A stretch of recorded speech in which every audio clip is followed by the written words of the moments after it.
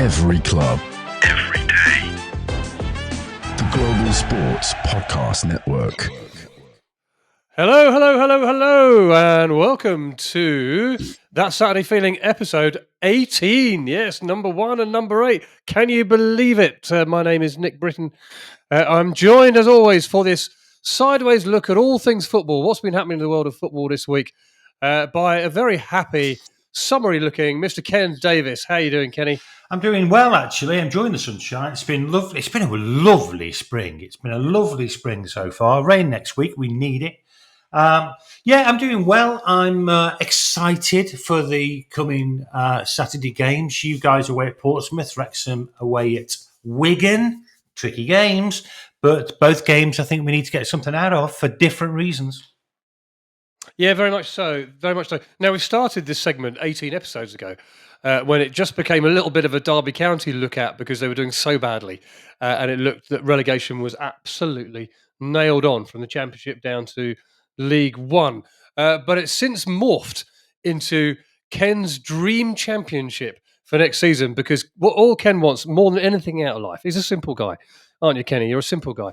What do you want out of? What's the biggest thing you could get out of life right now? Biggest thing I get out of life right now is Leicester, Derby, and Wrexham all in the same division. It's an absolute dream of mine because I've got a lot of family who are Leicester supporters. I've got tons of family who are Derby supporters, and you are, and a lot of my friends are.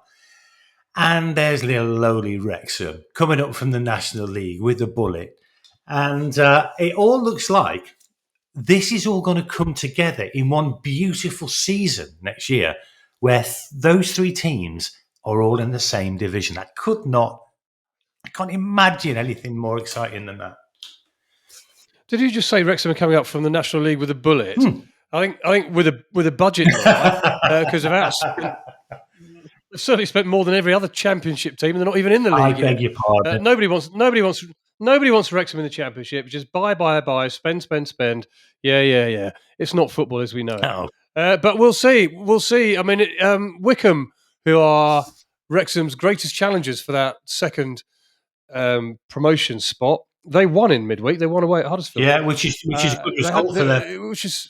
It is a good result for them because they've been right off form. Yeah. So they're only 3 points behind you lot, and you've both played 41 games. So it's still all to play for. As much as it looked like a couple of weeks ago, like Wrexham were going to run away with it, it's still in the balance slightly. But Wrexham, I would say, they've got to be hot favourites. 5 games to go. I'm nervous. I'm sweating. My palms are clammy. Yeah, but that's just you. That's just you every day. Yeah, so everything's that's got nothing to do. Everything's normal. The blood pressure tablets aren't working. Nothing to do. So it's it's going to be a tough run in. They've got a tougher run in than us. I really could have done with them losing in the week though. But anyway, it's I've got this horrible suspicion that if we don't make it up as one of the automatic places, I think we'll struggle in the if you like in the playoffs. So yeah. Well, here's hoping. Should we say a little you never know. say a little prayer? Our Father. Well, you say it, and I'll go and have a cup. You are in heaven. Please get Wrexham promoted automatically. Okay, I'm not joining in that prayer at all. I think that's a terrible prayer. That's a terrible. Anyway, look, part of it's coming true. Derby have picked up on form. Got a very good point against Burnley on Tuesday night and played pretty well. Actually, they played very well. Could have nicked it right at the end. But 0-0 was good. Leicester were woeful against Newcastle on Monday night. The game was over in 10 minutes when Newcastle were 2-0 up. Their heads have gone. That's another one. That's another of those sayings, isn't it, in football that makes no sense if you're not in football. The heads have gone. Yes, and we talked about this, was it last week or the week before? I don't know. Time flies so quickly. About phrases in football that mean, well, what do they mean? Yeah, their head's gone. Their head's gone. I mean, which isn't literally true. No. They weren't running around headless with their heads like rolling around a pitch. But they wouldn't have done any worse. They might as well have done, yeah. They might have scored a header, you never know. Anyway, so it'd be a necker, wouldn't it? Good. Let's be honest. Or a shoulderer. Well, it depends, though, whether it went off the body that's running around or whether it hit one of the heads that was just on the pitch and went in, then it would be a header. And even better, if the ball was coming across the area and you kicked one of the heads and it hit the ball and went in, it would be the best diving header in the history of diving headers. Right. Okay. It would be great. Okay. Yeah. Okay, Nick. Moving on. Well, I always like to think of different ways to score goals. Right. Okay. What we're having a look at today is in the light of some chanting going on at Sunday's Manchester Derby. In fact, it's a bit of a Man United themed show, this, unintentionally, but they put themselves in these things. In the light of some rather unpalatable chanting against Phil Foden at the weekend during the it was the most interesting thing that happened, to be fair. That was a terrible game. Terrible 0-0. That was the worst, Yeah, 0-0 Manchester draw. derby I can ever remember. Yeah. No, it was dreadful. And it was dominated really by comments made by Pep Guardiola afterwards about chants that were some Manchester United fans, not many, but some Manchester United fans, against Phil Foden's mother. And we're having a look at what is acceptable. Where is the line here? What is acceptable in terms of football supporters chanting at players? We're going to be doing that, and then we're also having a look at the great row this week between Nemanja Matic and Andre Onana, the Manchester United goalkeeper, who said with no justification whatsoever that Manchester United were better than Lyon. And that just isn't true, as was proved last night. And we're going to have a look at him. Was he right? Was Matic right to tell him that he was dreadful? Is Onana right? And is he absolutely rubbish? So we're going to have a look at that and other worst goalkeepers that we can remember. Quick one on managers and how do managers get players out of a confidence slump. And goodness me, there's few of them needed at the moment. Ruud van Nistelrooy need not apply for that little segment. And finally, some predictions as how the weekend's game are getting on. Anyway, Ken, let's start then with Phil Foden. What was your take on all of this? Chance against Phil Foden's mother. Guardiola coming out after the press conference and said it's just not acceptable. Are football players fair game? Football players are fair game. Football players' families are not fair game. They've got no place in this. So that's where I draw a very solid line. Now, me and you remember the dark days, and there were dark days of the 70s and 80s when, racist and sexist chanting was commonplace. Thank God, we've moved a long, long, long way from that scenario. But occasionally, and we've seen it on a number of occasions where players' girlfriends, players' wives, players' mothers, players' kids, are the subject of chants from opposing fans. And we all know we love a chant, and we're going to talk about some of the better ones. But, there's a line. And the line is, have a go at the player, have a go at the ref, have a go at the manager, have a go at people who are actually directly involved. Don't call them out for any physical, issues they may have. It's fine to talk about and to moan about and to highlight their failings as players. But let's keep the families and kids and relationships well away from the chants, I think. We saw a lot, didn't we, after the Wagatha Christie trial of chants being directed towards Rebecca Vardy, Jamie Vardy's wife. Yeah. Is that at all fair on the basis that so much of this had been in the public domain and so much of it everybody was talking about anyway? Or is there literally no way you should go there? Is it just a line that should never Honestly, I see it as a fairly black and white issue. And I get the Wagatha Christie thing was slightly different because she's a lady using the public eye. She's presumably made commercial advantage through being in the public eye, and therefore is a little bit more acceptable. But to be honest, I still don't like it because they're not there. They're not in a position to answer back. They can't turn on a fantastic performance and shut the opposition supporters up. I would much rather we just kept it to having a go at players, and then we all know where we stand. I think as soon as you cross that line into associated people who have got nothing to do with football, really, I would say no. And I think Pep was right to call it out, and I think Pep was right to say, look, it's not a very classy thing to do. Let's stay classy and just keep it to the players. Yeah. Stay classy is an interesting one, with emphasis on the word stay. That raises another point altogether.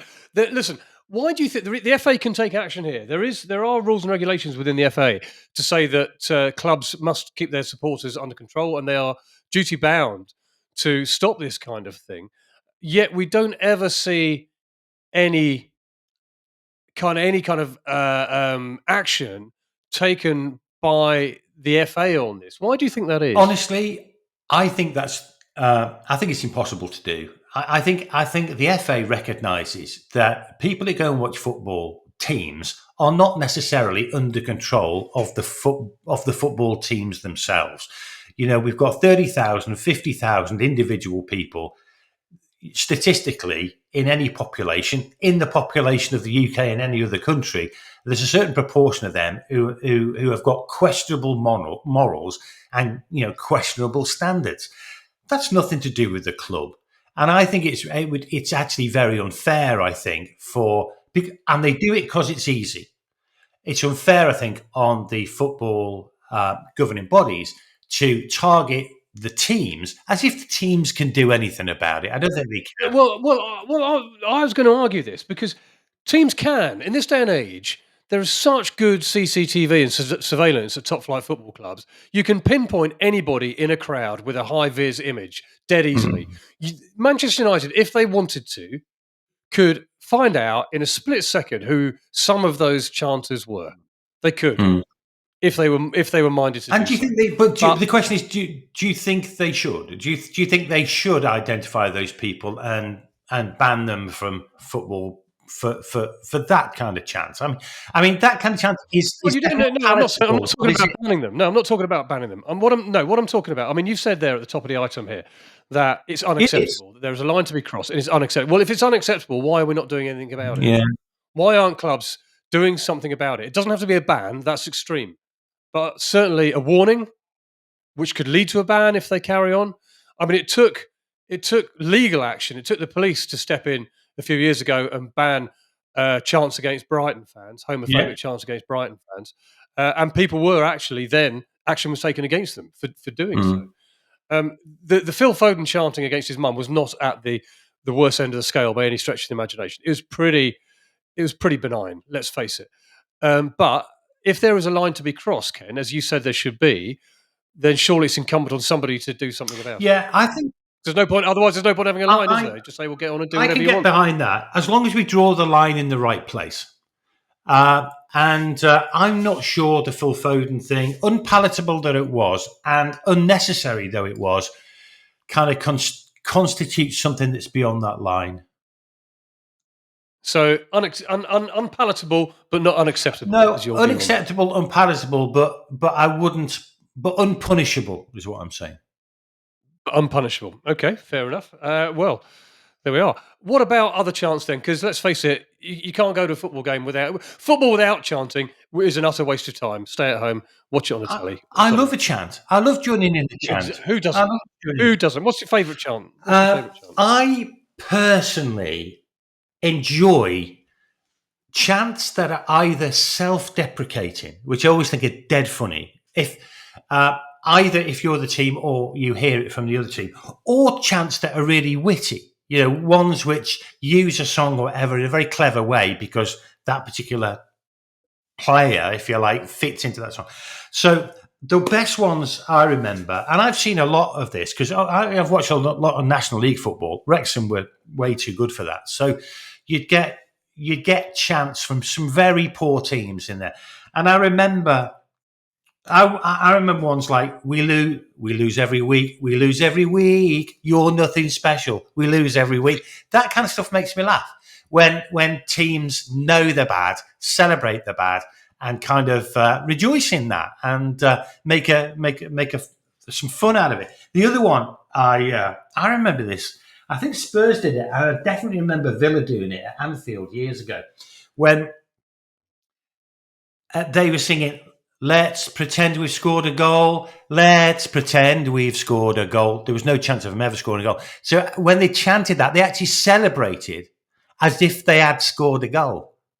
Now, I think that's... Yeah, I remember that. I remember people doing that. And you look at them and just going, "You absolute idiot." No. I love that. I love the fact that they know they're not going to score for the rest of the year, and they're just going to have a little bit of fun with the fact that they know they're not very good, and they are. You nearly went. You nearly did it. Clever. You nearly Right, did it. Right. On that note, I'm moving on from Ken's chanting before we get into trouble. We're going to move on to Manchester United goalkeeper Andre Onana. No. What about your favourite chants? Have you got any favourite? Well, I've got loads. I've got loads, but most of them can't be repeated. Bobby Zamora the Bobby Zamora one, yeah. So the Bobby Zamora. Now Derby have history with Bobby Zamora. Yeah, I do. I remember this. If you don't know why, go and Google it. Yeah. So there's obviously the "Oh Bobby Zamora" chant, where if followed by a word that can't be repeated. But there is another Bobby Zamora chant which goes something like this. When you're sat in rosette and the ball hits your head, it's Zamora. That's clever. Which is a great little chant. It's a clever chant because you kind of play on words with that's Zamora, and that's Zamora. That's clever, that one. Yeah, Fulham started that one. The great rivals of West Ham. So are they great rivals of West Ham? But they started anyway. Fair play to the Fulham fans. Good job. Right, before we move on, a quick word from our sponsor. Yeah, this podcast, as you know, is part of the Global Sports Podcast Network, the only network that brings you exclusive daily news from all the big teams in the Premier League. So you're enjoying that. And here at Global Sports Podcast Network, we spent a lot of time selecting our delivery platform. And the Bobby Zamora of that was Zencaster. Came out the clear winner. 4K video recording from your phone, AI editing that automatically removes all those ums and ahs. It's super easy to start a podcast that sounds great and is delivered efficiently. See, that's gonna get taken out. I did it on purpose. Most of what you say is going to get taken out. So if you're ready to tell your story, check out the link in the show description. Learn out more about Zencaster. Right. What about Onana? Yeah, I should say, whilst you start that, we do have a pre-production meeting and we do discuss. You wouldn't think it would, but occasionally, yeah, I know. Well, you wouldn't just then because I have started playing the Bionic ad and you started reading out the Zencaster ad at the same time. So I turned the Bionic ad off and we'll play that a little bit later. Right, okay. Andre, a good spat, a good war of words, easy for me to say. This week between Nemanja Matic and Andre Onana. They both used to play for Manchester United, obviously. In the run-up to the Lyon Man United game last night, it was quite ridiculous. I don't think Onana's in any position whatsoever to start saying things like "We're a much better team than you are, Lyon." In fact, I don't think he's in much position to say "You're a much better team." We're a much better team than anybody, quite frankly. With Manchester United, they're not very good, but he started it all. Matic retorted, saying you're the worst goalkeeper in Manchester United history. And to be fair, Onana did his best to live up to that last night with 2 howlers, which gifted Lyon 2 goals, including one right at the end of the game and deep into injury time to make the score 2-2. First one, he dived and it went over his hands. He looked like an under-7 goalkeeper. The one, that kid who's sticking goal, he doesn't want to be there. And the second one, he did what Onana does quite often, which is it's a shot straight at him. And instead of either gathering it or kicking it away or palming it off somewhere, he just literally palms it straight into the path of the on-rushing attacker who sticks it into the net with a massive "thank you very much, you fool" written all over his face. So that was that. Game finished 2-2. Was Matic right to say you're the worst goalkeeper in Manchester United history? Or was Onana right to bite back? What's your thought on this, Ken? Well, the first thing I should say is I like the spat. I like the fact that for once, the kind of insipid, media-savvy kind of stuff that we all listen to in terms of interviews by footballers and managers, we dispense with that. And Matic said it like he thought it. And that just creates news and that creates interest, and I like that. I'm not sure we'd want everyone to be doing that all the time, but it certainly caught my attention. And of course, you get Onana, going back. And was Matic right to say he's the worst Man United keeper? No, he isn't. He isn't right to say that. He's definitely had an extremely difficult season. he didn't have a great season last year. I know a lot of Man United supporters. We all do, and none of them, as far as I'm aware, rate Onana. They're worried to death about Onana. And when you think about, obviously, De Gea was there before Onana. I mean, he was a proper keeper, and I think De Gea was one of the better keepers that the Premier League's ever seen. And following De Gea was always going to be difficult.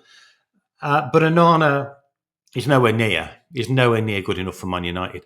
The problem United have got is there's so many holes in that roster. There's so many priorities in terms of what they need to do.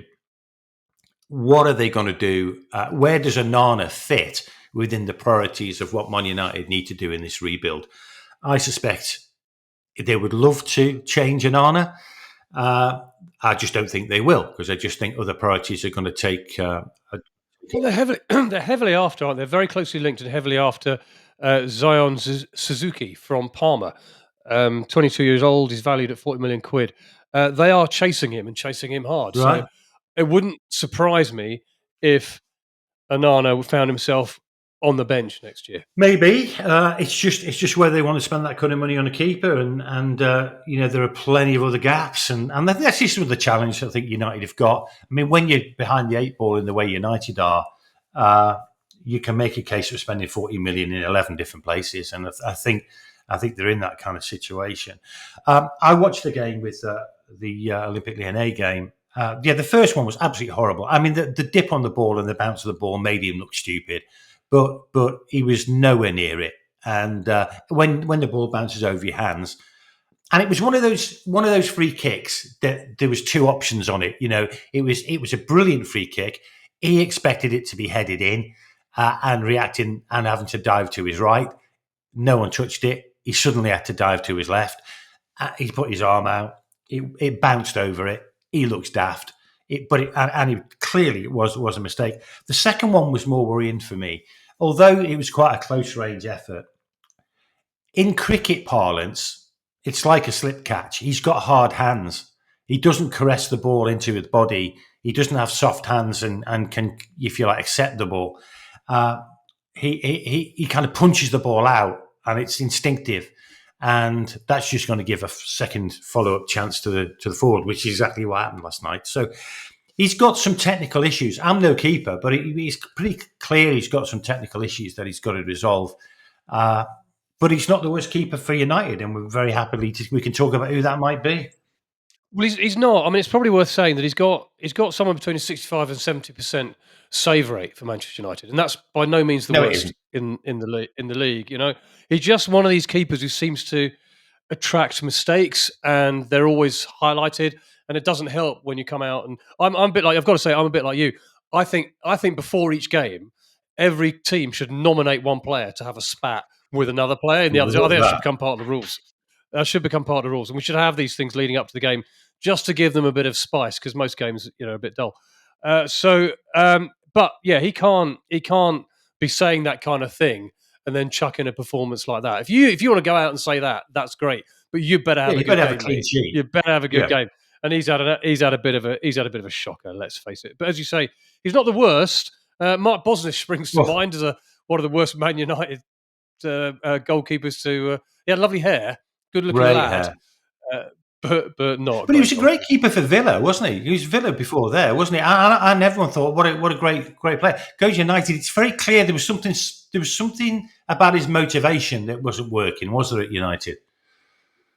Yeah, and that's it's just a Manchester United thing, because the pressure on you is enormous. Yeah, absolutely enormous. But I remember Alex Ferguson criticising his off the field behaviour and activities and his playboy lifestyle and all of that. Yeah, but he was a very good keeper. It just didn't happen. It definitely didn't happen, and it didn't happen for Taibbi at United either. I mean, one of the problems with United, and in fact any team, if you're playing for a bad team and you're a limited goalkeeper, let's say, you are going to get properly exposed.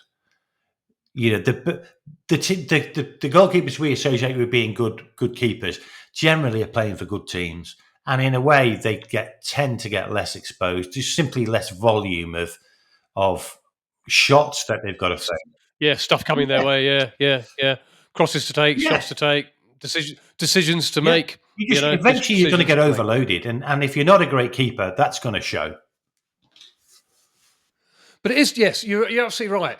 You are right, and then, but it's then incumbent, isn't it? It's then incumbent on the manager to do something with you to bring you out of this. If your confidence is low, and Onana, despite his wise words this week, or indeed not so wise words, he looks the keeper who's low on confidence, because every time that ball comes to him, he must be absolutely. What's the phrase I'm looking for here? Quaking in his boots, shall we say? We'll go Bricking it. Bricking it. There you go. It must be difficult. It's incumbent then on the manager, isn't it, to bring a player out of this and to support a player who is low on confidence. Yeah, it is, and it's difficult, in any sport. And what we're talking about here is, if you're good enough to play for Man United, you're good enough. It's not about your technical ability, really. It's about what's going on upstairs, isn't it? And whether you've got the confidence to actually deliver the performance you're capable of. And I think, actually, when you really look at the great players in any sport, the great players are able to control that. And the great players are able to turn in fantastic performances when it matters. And the ones we forget are generally the players that, for whatever reason, it must be psychologically extremely challenging. The ones we forget tend to be the ones who don't do that quite as well. And I think it's all about how successful a manager is, can put his arms around a player and really get him to focus on the important things and try to eliminate the things which are just affecting his performance that are maybe outside that. Yeah, long gone, I think, are the days of Brian Clough, where as brilliant as he was, and he was one of the best managers this game has ever seen, but he was more kick up the backside than arm around the shoulder kind of manager. Although he knew how to do it when he needed to do it, that's for sure. Who do you think in the Premier League is one of the best at getting the best out of his perhaps underperforming players and turning them around? Well, I've always thought Pep is a master of psychology. I think he's a great coach, and I think not only is he a great coach in terms of the technical play, but he's also a great coach, I think, in terms of the psychological side of things. I actually have to say, was pretty impressed with Amorim and the way Amorim kind of defended Onana, saying, I make a million more mistakes than these guys do. If you want to talk about mistakes, talk to me. I thought that was and they did. I thought that was classy. I thought that was very classy. Yeah, fair enough. Yeah. I for me, the manager who sticks out in the Premier League more than any is Eddie Howe. Yeah, who I think is absolutely brilliant at this part of the game, and he's motivated and nurtured a team who, let's face it, haven't had major investment into their team for a club that's challenging for the top four every season now, as Newcastle are, and he's managed to look at what he's done with Joe Linton. Yeah, amazing. I mean, look at what he's done there, and he's really, really good at that, the mental, if you like, side of the game. I don't think there's anybody better in the league. It's easier when you're Pep Guardiola and you've got multi-billion-pound players here, there, and everywhere. I think Eddie Howe's really, really done a top. And Eddie Howe did a great job before, didn't he? Before he went to Newcastle, the players love him. Oh, they do. He's got them overperforming in many aspects. And if they do qualify for the Champions League this year, and I think they will, they've had injury problems this year. They've had pretty much one striker all season. He would have done an amazing. No, that's a good shout. That's a really good shout, Nick. Right, before we move on to the final bit, which is, of course, our predictions, here's a word from our sponsor. And rather than you read this out, Ken, I'll play it. Your body is unique. And Global Sports Podcast Network has partnered with Bionique, the world's most personalised supplements. Bionique provide 100% tailor-made supplements designed to deliver precisely what your body needs at exactly the right levels to optimise your health. No guessing. So click the link in the show notes. Use the code GSPN2025 for 40% off your first month's subscription. Bionique. Don't settle for off-the-shelf solutions made for just anybody. Get what's right for you right now. Oh, there you go. He makes a meal of that, doesn't he, that fella?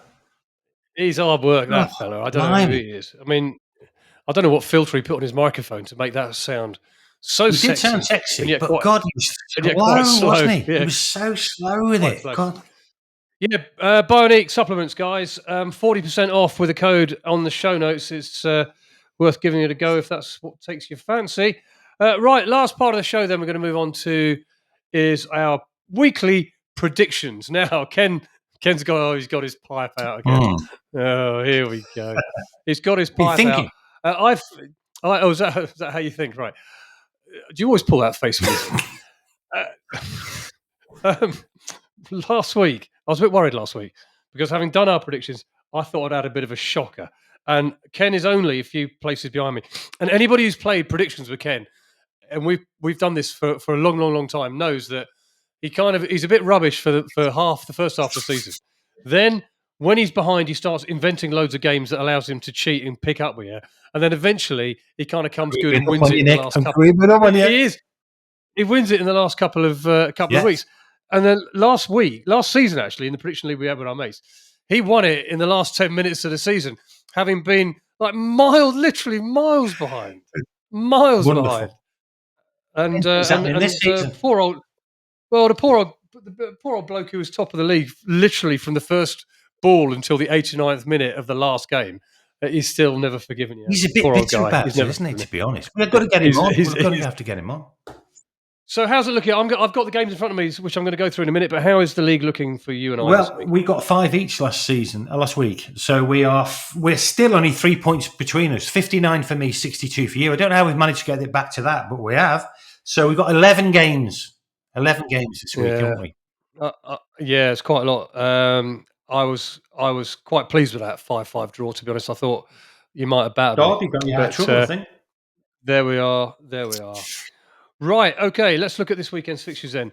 Okay. See what you think at home. But Ken, see what you think here. Manchester City versus Crystal Palace. I'm going for a home win. I just think City, I've got enough to play for. Palace, it's kind of, it's kind of, I just don't think you're going to have enough. Man City. Yeah, Palace have done it the other way around this season, haven't they? Normally they sort of do well, get to the beach around March and then just completely fall off a cliff. This year they started badly and their run of form at the moment has been fantastic. They're on a great run of form. Their away form is sensational. I don't think Man City are hitting any kind of rhythm or form particularly, so I'm going to go for a draw. Okay. Here. I think Palace That's will get a point out of it. Brighton, Leicester. There's a saying we have at GSPN Towers: never back Leicester. Yeah. So it's impossible to do anything but say a home win. Yeah, so it's literally Leicester versus the other team. It doesn't matter who the other team is; they're going to win. So yeah, both of us go for a home win there for Brighton, even though they're not in the best of form themselves. Notts Forest versus Everton. I'm getting a bit bored of Forest now. I've been lauding them all season, but as a Derby fan, my patience runs only so thin. And I've been lauding them on the basis that not only have they been absolutely brilliant, but we all presumed that the bubble would burst. But the bubble has not burst. It's getting reinflated, doesn't it? Yeah, and I'm getting a bit fed up with it. So anyway, they've got a home game against Everton this weekend. How do you think it's going to go? Draw. Everton resurgent. I think Everton look a much more difficult team to play against now with Moyes there, which I like to see. Forest, I was predicting the bubble bursting just before they won 7-0, so I look a bit silly. But I'm going for a draw. I think it'll be a 1-1. Yeah, I've gone for a draw on this one as well because I think for the same sort of reasons, Everton are now looking very solid at the back. And I know Forest keep winning, but all I keep hearing from the Forest podcasters at GSPN or other people I know who are Forest fans say they look tired, they look leggy. Sooner or later it's going to catch up with you. They've got an FA Cup semi-final coming up. Fair play to them. I think Everton might get a point out of this. So, fair play. Right. Already relegated Southampton. They got sent down last week. Mm-hmm. 10 points. They need 2 more to beat Derby County's record and not become the worst football team in Premier League history. At the moment, they are the worst team in Premier League history. How are they going to get on? They've got a home game against Aston Villa this weekend. Any more points for the Saints? No. I mean, Villa really are coming good at the right time. Southampton are in a kind of Leicester camp.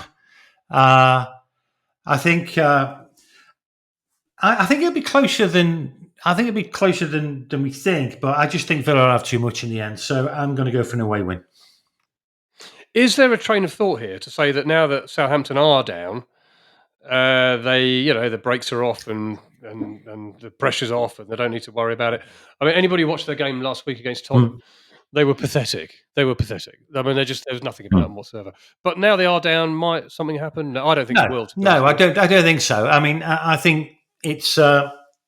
If anything, I think the air might come out of the bubble even more. To be honest, I mean, they really will be on the beaches.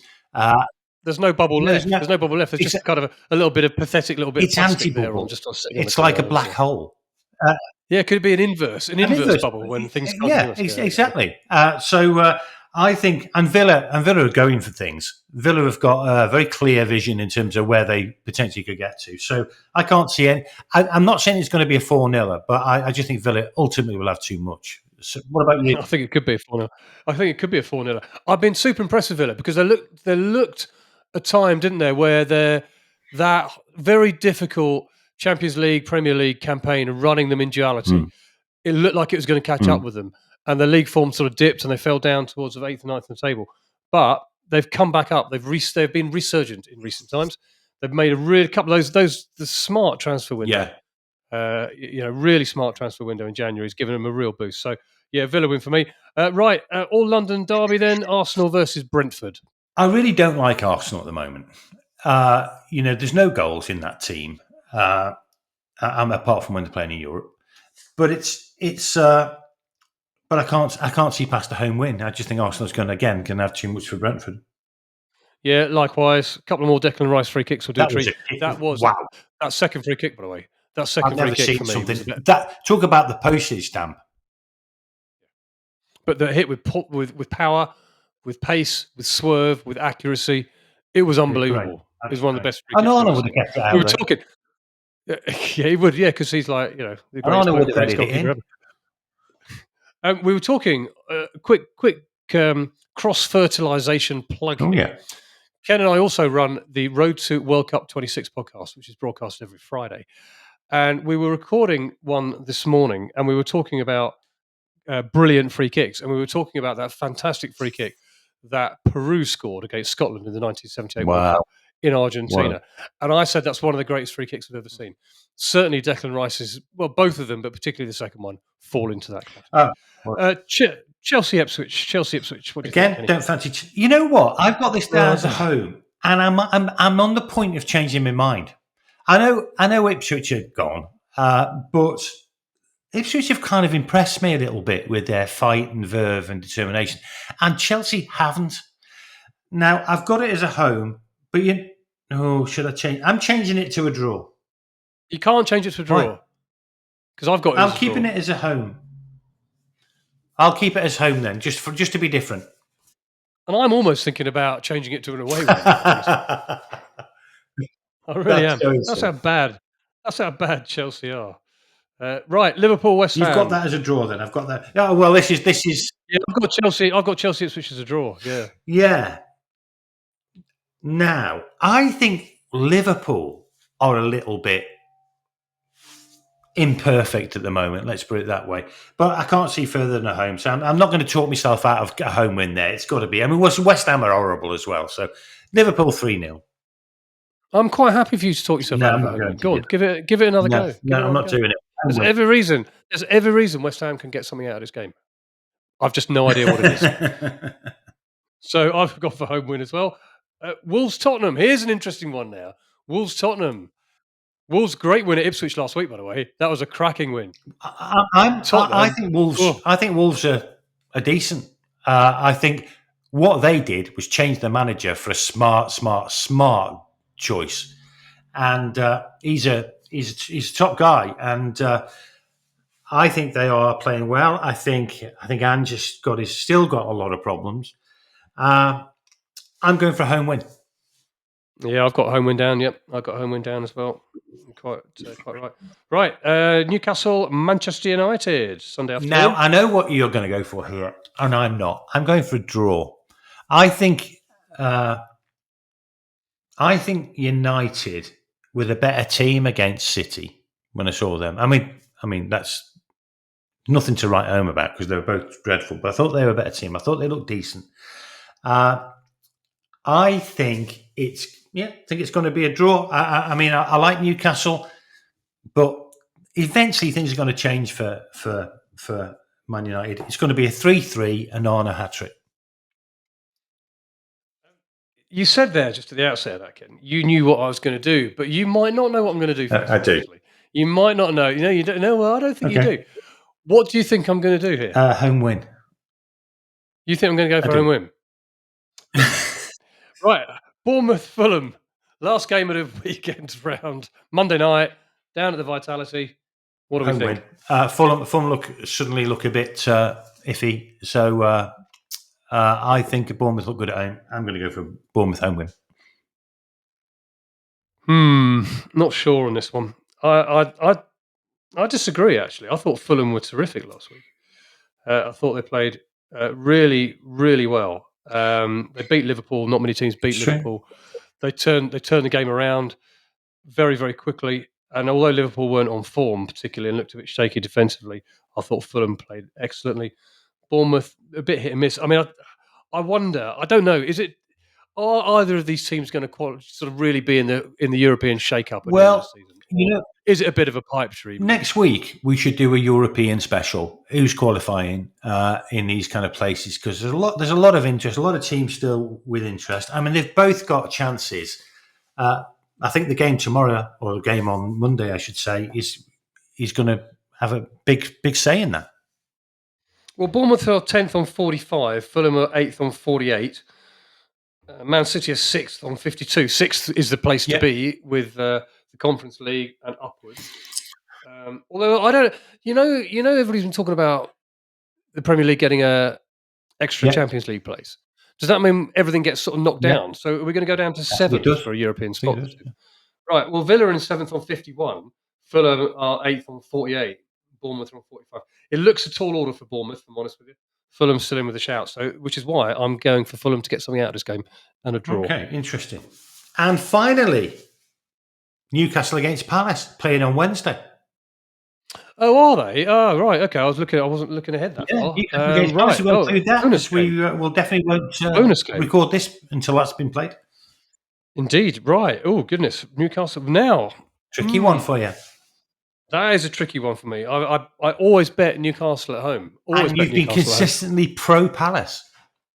And I've been, These are two kind of semi teams. If it's not Derby, it's Newcastle and Palace for you, isn't it?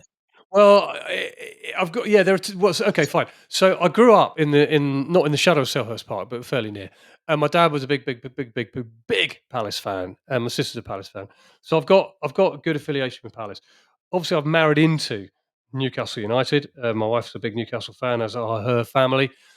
So I do follow them both, and I watch a lot of both of them.